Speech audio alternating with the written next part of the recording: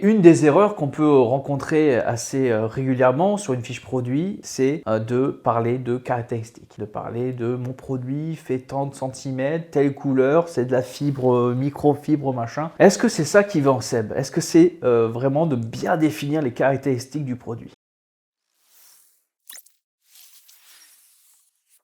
Prenez juste deux secondes là.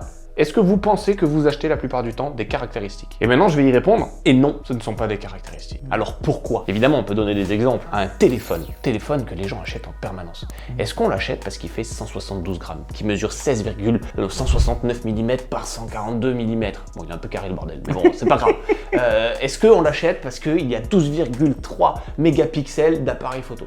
Et non, on l'achète parce que justement, d'ailleurs, une phrase d'Apple qui dit... Une phrase de dinosaure là La phrase de dinosaure je dis souvent. C'est ça. Oui, parce qu'à l'époque, quand ils ont sorti l'iPod, ça a été assez révolutionnaire, même si ça paraît désuet maintenant par rapport à ce qu'on peut faire et les espaces de stockage. Et quand ils ont sorti l'iPod, ils disaient pas il y a tant de stockage ou, en termes de caractéristiques, mais ils disaient vous aurez, avec l'iPod, vous avez 1000 chansons dans votre poche. Voilà, 1000 chansons dans votre poche. Ça permet de tout de suite que le client, l'avatar client, ressente, se projette et l'émotion touche le cœur. Les caractéristiques, c'est froid, ça vit pas. Le fait de pouvoir projeter pour que le client dise voilà, putain, j'aurais un iPod dans ma poche, des écouteurs et j'aurais 1000 chansons. Et à l'époque, 1000 chansons, c'était énorme. Maintenant, c'est sûr que ça a perdu un peu de valeur par rapport à. Mais à l'époque, c'est quelque chose qui revient souvent et je l'utilise souvent, c'est pour ça que tu me le dis, pour faire comprendre aux clients qu'il ne faut pas vendre avec des caractéristiques, mais par l'émotion et projeter au client quelle sensation il va le ressentir et qu'est-ce que ça va lui apporter. C'est ça. Et l'exemple est super frappant parce que justement, à cette époque-là, on ne pouvait pas, c'était révolutionnaire. Mais plutôt que de dire, ouais, avec 2 Go,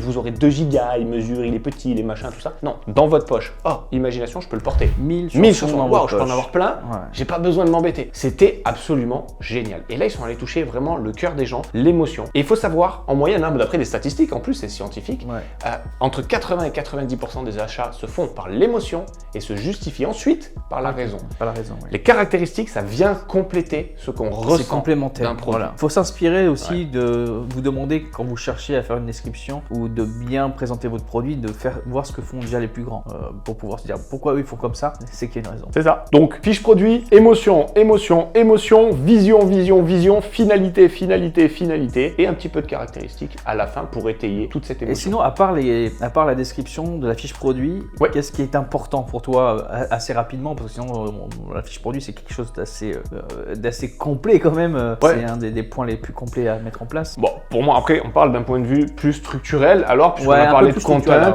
Voilà, moi, si tu veux qu'on aille un peu plus dans le détail, ça va être la qualité des images primordiale. Mettez de belles images, si possible, le produit seul, puis le produit en action, puis le produit avec l'emballage. Ça permet d'avoir une vision globale des choses. Il faut avoir un prix bien affiché, un prix clair. Pourquoi pas une petite promotion, si c'est sur un site monoproduit, sinon avoir sur un site multiproduit, si ça peut se faire. Une petite promotion, ça peut être sympa, ça peut engager les choses par rapport à ça. Moi, ce que j'aime bien aujourd'hui aussi, c'est d'avoir ce qu'on peut faire. Alors ça, on peut pas le faire avec tous les thèmes, malheureusement. On peut le faire avec le thème Speedfly qu'on développe sur Speedycom. C'est d'avoir des champs en fait en bas où on peut mettre carrément de belles photos et des belles descriptions, mais qui soient harmonieux, que ça fasse une vraie belle page de vente et qu'on soit pas sur quelque chose à l'ancienne, dropshipping, soit tout à droite avec des images, des gifs, etc. Pas quelque chose que j'apprécie. Je préfère le truc plus professionnel et faire une vraie page de vente pour votre produit. Et autre point très très important que moi je mettrai de manière sûre et certaine, c'est faites bien attention à votre CTA, le call to action. C'est le bouton qui va vous permettre de passer à l'action. S'il n'est pas visible, il n'y aura pas de clic. S'il passe inaperçu dans votre site, la couleur et tout ça, il faut absolument qu'il puisse ressortir, que les gens puissent voir ce bouton. Peps, voilà, il faut qu'il puisse ressortir sur la page produit. Je voulais venir sur un point aussi qui est très important et qu'on ne peut pas forcément avoir dès qu'on lance, mais la social proof, d'avoir des avis, de demander des avis à vos premiers clients, que les gens vont regarder s'il y a des avis. C'est aussi la force d'Amazon, on en parlait d'un truc, c'est qu'il y a des avis. Les avis, c'est un système aussi que tu réclames les avis. Il ne faut pas hésiter au bout d'une semaine, 2 semaines à réclamer à vos clients qu'est-ce que vous avez pensé,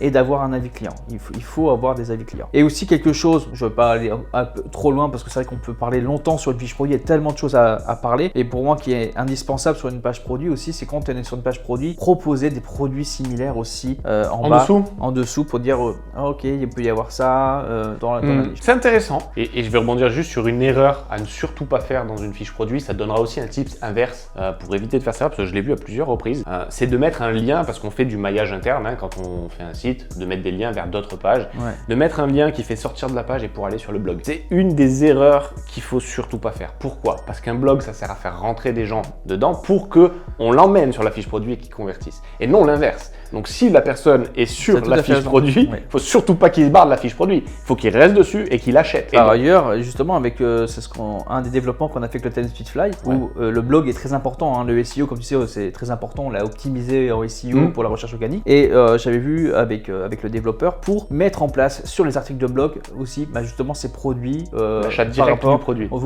Ce produit peut vous intéresser. Mettre sur le côté, mais en fait intelligemment, tu vois, c'est très smart. Et en bas de l'article, des call to action pour qu'ils puissent voir tel produit parce qu'ils sont intéressés par l'article, ils peuvent être intéressés par le produit. Et franchement, ça marche très bien. Et c'est vrai. Et d'origine, les blogs Shopify, peut-être qu'ils ont évolué sur certains points, mais ça, tu avais juste ton article et puis tu n'avais pas vraiment de boutons ou de conseils de produits par rapport à l'article que tu lisais. Donc, alors, pour pas se perdre là-dedans, parce qu'on parle des fiches produits et on part sur le blog, la chose importante que Cédric est en train de dire et qui est super importante, c'est de penser à relier vos fiches produits avec tous vos vecteurs de trafic. C'est-à-dire pas non seulement la publicité, mais votre blog, etc. qui, donc nous, c'est possible avec Speedycom de faire des trucs vraiment précis, mais ça vous emmènera sur votre fiche produit si elle est reliée et uniquement si elle est reliée de nouveaux trafics et donc de nouvelles conversions et de nouvelles ventes. Et donc là, c'est bien de faire bien du trafic via votre blog vers la fiche produit et pas l'inverse. Alors c'est rigolo parce qu'on a attaqué cette vidéo et j'ai dit bon, une fiche produit, c'est rapide, on va pas avoir grand chose à dire, mais en fin de compte, je me rends compte qu'il y a tellement énormément de points techniques qu'on pourra en discuter vraiment des heures. Et en plus, on peut dévier, comme là, tu vois, je parle du blog, mais on pourrait aller très loin. Parce que tout est relié. Après. Tout est relié. On va essayer quand même de cadrer par rapport à ça. Faites déjà une fiche produit comme ça, je peux vous garantir que ça va faire... ça va faire la différence. Voilà, ça va faire la différence. On a quand même évoqué pas mal de points, répondu à pas mal de questions dans des vidéos qu'on a vues un petit peu plus tôt. Et donc là, techniquement, si les gens nous ont suivis, puis qu'ils ont suivi tous les conseils, ils en arrivent à un stade où ils ont fini leur boutique. Et à ce moment-là, en général, il y a un grand vide qui se passe chez eux, dire voilà, j'ai ma boutique, ouais, mais je fais quoi maintenant? Quelle est la prochaine étape? Parce que je sais pas.